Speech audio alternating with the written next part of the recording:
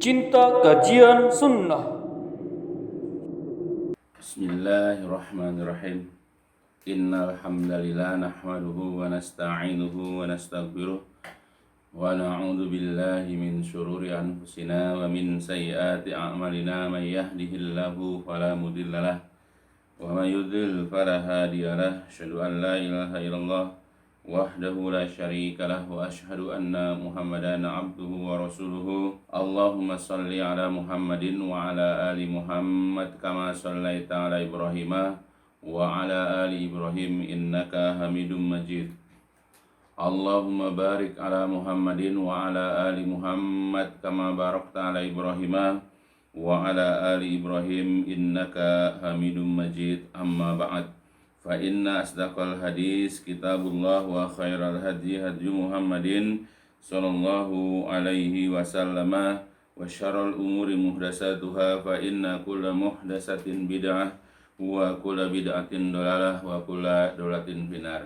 Alhamdulillah kita dapat bertemu lagi untuk melanjutkan pembahasan kitab Minhaj Al-Firqatun Najiyah susunan Syekh Muhammad bin Jamil Zainu. Jadi kemarin sudah dijelaskan sedikit tentang permulaan kitab itu diawali dengan pembahasan surat Ali Imran dan juga surat Ar-Rum. Kewajiban bagi kita untuk senantiasa berpegang teguh kepada tali agama Allah, kepada kitab Allah seluruhnya, dan jangan kita ini berfirqah-firqah atau bergolong-golongan seperti yang biasa dilakukan oleh golongan musyrikin. Nah, sekarang pembahasan selanjutnya Syekh Muhammad bin Jamil Zainu melanjutkan pembahasan itu dengan menyebutkan beberapa hadis di sini. Disebutkan di sini dalam hadis ini dari sahabat Nabi, yaitu Al-Irbad bin Sariyah. Jadi Irbad bin Sariyah itu meminta kepada Rasulullah agar memberikan wasiat, yaitu dengan kalimat ausini, yaitu wasiat, berilah wasiat kepada saya. Kemudian di antara wasiatnya Rasulullah Shallallahu Alaihi Wasallam, beliau mengatakan, waqala Shallallahu Alaihi Wasallam, telah bersabda Rasulullah SAW, usikum bitaqwallahi azza wa jalla was-sam'i wa ta'ah. Aku wasiatkan kepada kalian agar kalian bertakwa kepada Allah Azza wa Jalla dan juga agar kalian dengar dan taat. Wa in ta'ammara 'alaikum 'abdun habasyi, kendatipun yang memerintahkan, yang menyuruh kepada kalian adalah seorang budak Habsyah, seorang budak dari Ethiopia. Fa innahu, maka sesungguhnya, may ya'ish minkum, siapapun di antara kalian ada yang masih hidup sepeninggal saya maksudnya, fasayara, maka kelak dia akan melihat ikhtilafan katsiran, banyak khilafiyah, banyak perselisihan, banyak perbedaan. Fa alaikum bisunnati, maka wajib atas kalian berpegang teguh bisunnati, dengan sunnahku, wa sunnati, dan sunnahnya al-khulafa'ir rasyidin al-mahdiyin, dan juga berpegang teguh dengan sunnah para khalifah yang benar lagi mendapatkan petunjuk. Jadi kalau andai kata menjumpai perselisihan di masa itu, perbedaan atau khilafiyah di masa itu, wajib berpegang teguh dengan sunnahnya Rasulullah dan sunnahnya para khalifah, para sahabat. Tamassaku biha, berpegang teguhlah kalian biha kepadanya, wa'addu 'alaiha bin nawajiz, dan gigitlah atasnya, atas sunnah itu, dengan gigi geraham. Wa iyyakum, dan waspadalah, berhati-hatilah kalian, wa muhdatsatil umur, terhadap perkara-perkara baru, yaitu dalam agama. Fa inna kulla muhdatsatin bid'ah, karena sesungguhnya setiap perkara-perkara baru dalam agama itu dinamakan bid'ah. Wa kulla bid'atin dhalalah, dan setiap bid'ah itu hukumnya sesat. Wa kulla dhalalatin finnar, dan setiap kesesatan itu tempatnya adalah di dalam neraka. Rawahun Nasa'i wa qala hasan sahih. Hadis ini diriwayatkan oleh Imam Nasa'i, yang sebenarnya adalah diriwayatkan oleh Imam At-Tirmidzi, kemudian Abu Daud, Ibnu Majah, dan Imam Ahmad serta Imam Ad-Darimi dengan sanad yang sahih ya, disahihkan oleh Syekh Albani. Nah, jadi hadis panjang ini memberikan faidah pengajaran kepada kita. Ya, pertama adalah ya ambisinya para sahabat itu kepada kebaikan-kebaikan. Seperti sahabat Nabi Al-Irbad bin Sariyah meminta kepada Rasulullah agar diberikan wasiat, yaitu wasiat kebaikan. Ya. Kemudian apa yang diwasiatkan oleh Rasulullah? Ya sebagaimana yang Allah wasiatkan dengan kata-kata usikum bitaqwallah. Aku wasiatkan kepada kalian agar bertakwa kepada Allah. Ya, karena ini juga perintah Allah. Fatazawadu ya fa inna khairaz zadi taqwa, dan berbekalah kalian, dan sesungguhnya sebaik-baik bekal adalah takwa. Jadi kita juga diperintahkan untuk membekali diri kita itu dengan ketakwaan. Seperti Rasul juga wasiatkan untuk bertakwa. Ya, dan banyak ayat-ayat yang memerintahkan kepada kita itu ya agar bertakwa. Misalnya dengan kalimat wattaqullah, bertakwalah kalian kepada Allah. Inna akramakum indallahi atqakum, orang yang paling mulia di antara kalian adalah orang yang paling takwa. Jadi banyak sekali ya ayat-ayat yang memerintahkan kepada kita agar menjadi orang-orang yang bertakwa. Maka wasiat pertama yang diminta oleh Irbad bin Sariyah kepada Rasulullah, lalu Rasul mengatakan, hendaklah kalian bertakwa kepada Allah, menjaga diri daripada murkanya Allah, menjaga diri daripada ya amarahnya Allah. Maka lakukan hal-hal yang menjauhkan kita daripada murka dan amarahnya Allah. Dan yang kedua adalah was-sam'i wa ta'ah. Biasakan untuk dengar dan taat. Kendati pun yang menyuruh kita, kendati pun yang memerintahkan kepada kita, kendati pun yang berbicara kepada kita hanya seorang budak. Budak itu adalah merupakan kedudukan yang paling rendah ya di dalam kehidupan manusia, karena budak yang diperoleh dengan cara tawanan perang atau dari hasil beli. Tapi kalau andai kata dia menyuruh kepada kita, memerintahkan atau berbicara kepada kita dalam kebenaran berdasarkan kepada aturan Allah dan Rasul, maka kita wajib sami'na wa ata'na. Seperti Allah mengatakan dalam Al-Qur'an, a'udzubillahi minasyaitonirrajim, innama kana qaulal mu'minina idza du'u ilallah wa rasul yahkuma bainahum ayyaqulu sami'na wa ata'na. Dalam surat An-Nur Allah mengatakan, hanyalah ada ucapan orang-orang yang beriman itu apabila diajak, apabila diseru ya kepada Allah dan juga kepada Rasulnya, kepada Al-Quran dan Sunnah, supaya Rasulullah nanti yang memberikan hukum, keputusan, ketetapan di antara mereka, hanyalah ada ucapan mereka itu sami'na wa ata'na, kami dengar dan kami taat. Dengar itu adalah dengan belajar. Dengar itu adalah dengan menyimak setiap ajaran yang disampaikan kepada kita oleh guru-guru kita, oleh ustadz-ustadz kita yang selalu bersandarkan kepada Al-Quran dan Sunnah. Kemudian kita ata'na, patuh, yaitu melaksanakan ya, kalau memang itu adalah merupakan perintah segera kerjakan, dan kita juga ata'na, patuh dengan cara meninggalkan kalau itu adalah larangan-larangan yang datang dari Allah dan Rasulnya. Nah, itulah pesan yang pertama yang sampaikan oleh Rasulullah. Kendati pun ini pertanyaan Al-Irbad bin Sariyah, tetapi ini untuk seluruh sahabat dan untuk kita juga seluruh daripada kaum muslimin. Maka biasakanlah kita untuk bertakwa kepada Allah, dan juga membiasakan diri untuk senantiasa sami'na wa ata'na. Harus biasakan mendengar, dan kalau kita tahu dalilnya sahih, benar yang apa yang disampaikan berdasarkan kepada Al-Quran Sunnah dengan pemahaman para ulama salafus soleh, maka patuhi dengan cara mengerjakan kalau perintah dan meninggalkan kalau larangan. Kemudian Rasul juga mengatakan, ya berpesan selanjutnya, berwasiat selanjutnya kepada Al-Irbad bin Sariyah.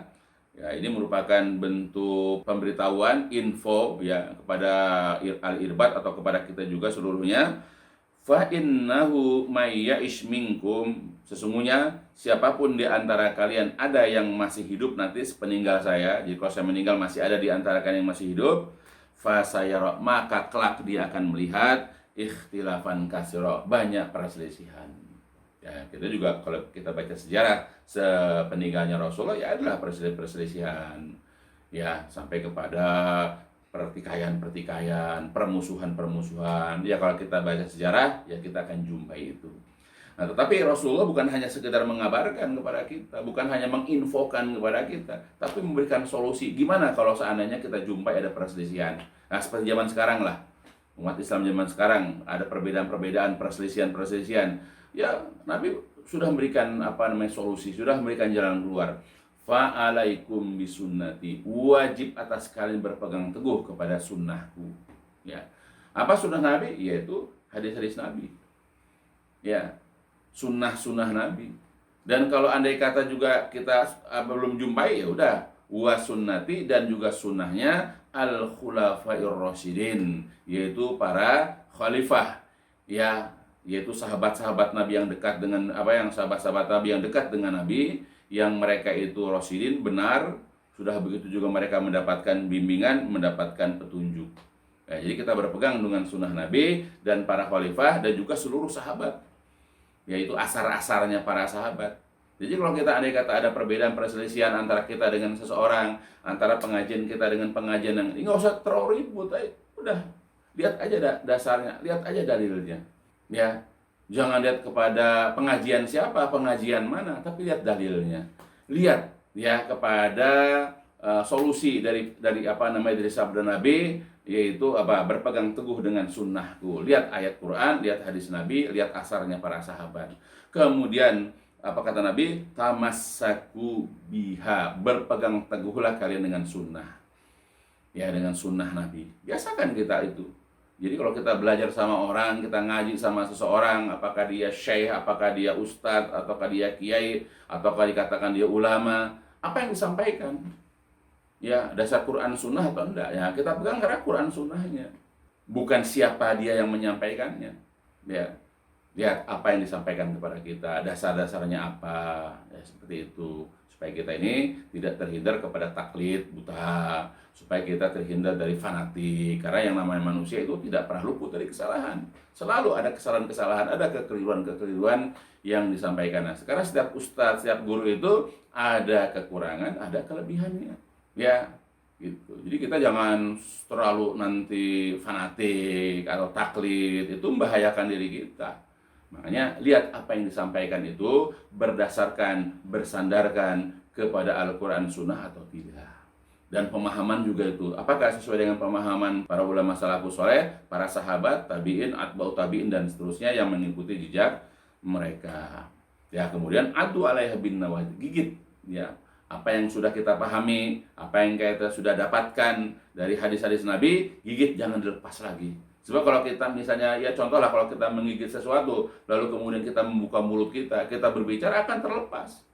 Nah, jadi kalau kita sudah yakin ini benar, pegang kuat-kuat, jangan sampai kita lepas lagi. Ya, karena inilah juga yang diamalkan oleh para sahabat Rasulullah Shallallahu Alaihi Wasallam. Misalnya seperti apa yang saya bacakan di sini dalam kitab Sahih At-Targhib wa Tarhib. Ya, di sini ada beberapa contoh hadis.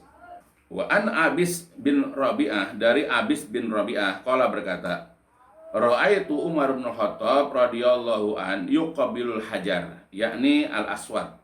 Jadi kata Abis ya bin Rabi'ah, aku pernah melihat Umar bin Khattab radhiyallahu an mencium batu hajar aswad. Wa yaqul, dan Umar mengatakan, ini la a'lamu annaka hajarun la taduru wa la tanfa. Sesungguhnya aku mengetahui bahwa engkau, wahai batu, adalah hajar aswad, adalah sebuah batu yang tidak mendatangkan mudarat dan tidak juga memberikan manfaat. Walaula anni ra'aitu Rasulullah yuqabbiluk ma qabbaltuk. Kalau seandainya aku tidak melihat Rasulullah Shallallahu Alaihi Wasallam menciummu, maka aku tidak akan menciummu. Kenapa Umar mencium hajar aswad seperti yang juga kita lakukan? Karena kita melihat Rasulullah. Pada batu itu tidak bisa mendatangkan manfaat dan mudarat. Ya, kalau kita tidak cium juga tidak membahayakan kita. Kalau kita berhasil mencium juga tidak ada faedah. Kita akan melihat Nabi, itulah yang kita lakukan. Jadi semua yang menjadi dasar bagi kita mengerjakan A, mengerjakan B, mengerjakan C dalam agama kita, karena kita mencontoh Rasulullah. Karena kata Allah sendiri, Allah mengatakan, laqad kana lakum fi rasulillahi uswatun hasanah. Sungguh-sungguh telah ada untuk kalian di dalam diri Rasul itu teladan. Jadi teladan buat kita. Begitu juga yang pernah dilakukan ya dari sahabat Nabi yang lain. Wa an Mujahid, dari Mujahid, seorang tabi'in ya. Qala, berkata dia Mujahid, kunna ma'abni Umar radhiyallahu anhu fi safar. Jadi aku pernah bersama Ibnu Umar radhiyallahu an di dalam suatu safar, dalam suatu perjalanan. Famarra bimakan, lalu ya Ibnu Umar melewati sebuah tempat. Tetapi fahada anhu, beliau menghindar dari tempat tersebut. Ya, jadi ketika ada lewat suatu tempat, ya di tempat itu, kemudian Ibnu Umar seperti menghindari tempat tersebut. Fasuila, lalu ditanyalah kepada Ibnu Umar, lima fa'alta dzalik, kenapa engkau berbuat seperti itu? Qala, kemudian dia Ibnu Umar menjawab, ya ra'aitu Rasulullah sallallahu alaihi wasallam fa'ala hadza, karena aku pernah melihat Rasulullah ya melakukan perbuatan itu, fa fa'altu, maka aku pun melakukannya. Jadi apa yang dikerjakan Ibnu? Karena melihat Nabi. Itu diriwayatkan oleh Imam Ahmad, Al-Bazzar dengan sanad yang sahih, disahihkan oleh Syekh Albani. Begitu juga dari Ibnu Umar radhiyallahu anhuma, annahu kana ya'ti syajaratan baina Makkah wal Madinah, bahwasanya Ibnu Umar pernah mendatangi sebuah pohon yang ada antara Mekah dan Madinah. Fayaqilu tahtaha, lalu kemudian Ibnu Umar tidur siang di bawah pohon itu. Wa yukhbiru, dan dia memberikan alasan, mengabarkan kenapa dia tidur di bawah pohon itu, karena anna Rasulullah, karena bahwasanya Rasulullah Shallallahu alaihi wasallam itu yaf'alu dzalik, karena adalah yaf'alu, mengerjakan zalika, yang seperti itu. Ya, karena dia melihat ya bahwa Nabi melakukan perbuatan itu, yaitu tidur siang di bawah pohon tersebut. Nah, itulah beberapa contoh, dan masih banyak lagi yang lain. Ya, jadi orang-orang dulu itu mengerjakan ini, karena mencontoh, ya mengikuti, menteladani Rasulullah Shallallahu alaihi wasallam. Nah, itulah yang kita lakukan, berpegang teguh dengan sunnah Nabi. Apalagi perkara-perkara pokok, masalah akidah, masalah ibadah, ya masalah muamalah, masalah akhlak, tentu lebih utama lagi.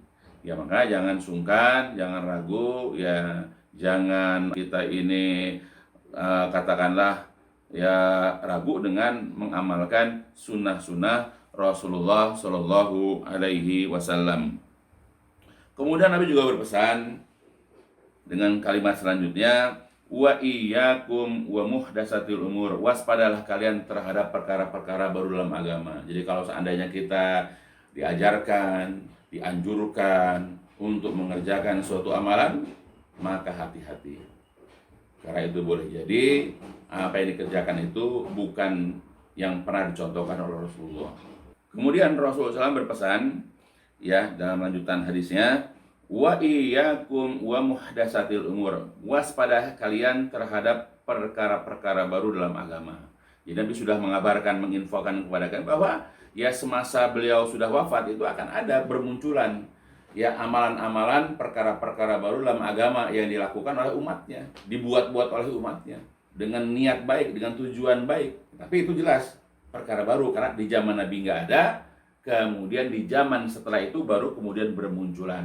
Nah, jadi kita kalau diajak oleh guru kita, oleh ustadz kita, oleh orang tua kita, oleh teman kita atau siapapun dia, kita kemudian dianjurkan untuk mengamalkan ini itu, hati-hati, waspada dulu, cek dulu apakah yang diserukan, yang diajak itu ada dicontohkan Nabi, ada dalilnya yang sahih. Ya, kalau ada, amalkan. Berarti itu bukan perkara baru dalam agama. Tapi kalau ternyata tidak ada dalilnya, atau kalau juga ada dalilnya tapi bersandarkan kepada hadis-hadis palsu, atau hadis-hadis lemah, atau hadis-hadis yang tidak ada asalnya, maka jangan sekali-kali kita mengamalkannya, karena itu termasuk perkara baru dalam agama. Karena Nabi menyebutkan, karena fa inna kulla muhdatsatin bid'ah.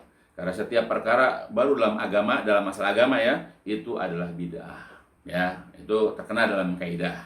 Ya. Kemudian wa kulla bid'atin dolalah, dan setiap bid'ah itu hukumnya adalah sesat. Ya, jadi Nabi sudah memasukkan, menggolongkan ya setiap perkara baru dalam agama itu bid'ah, dan setiap bid'ah dalam agama itu adalah sesat.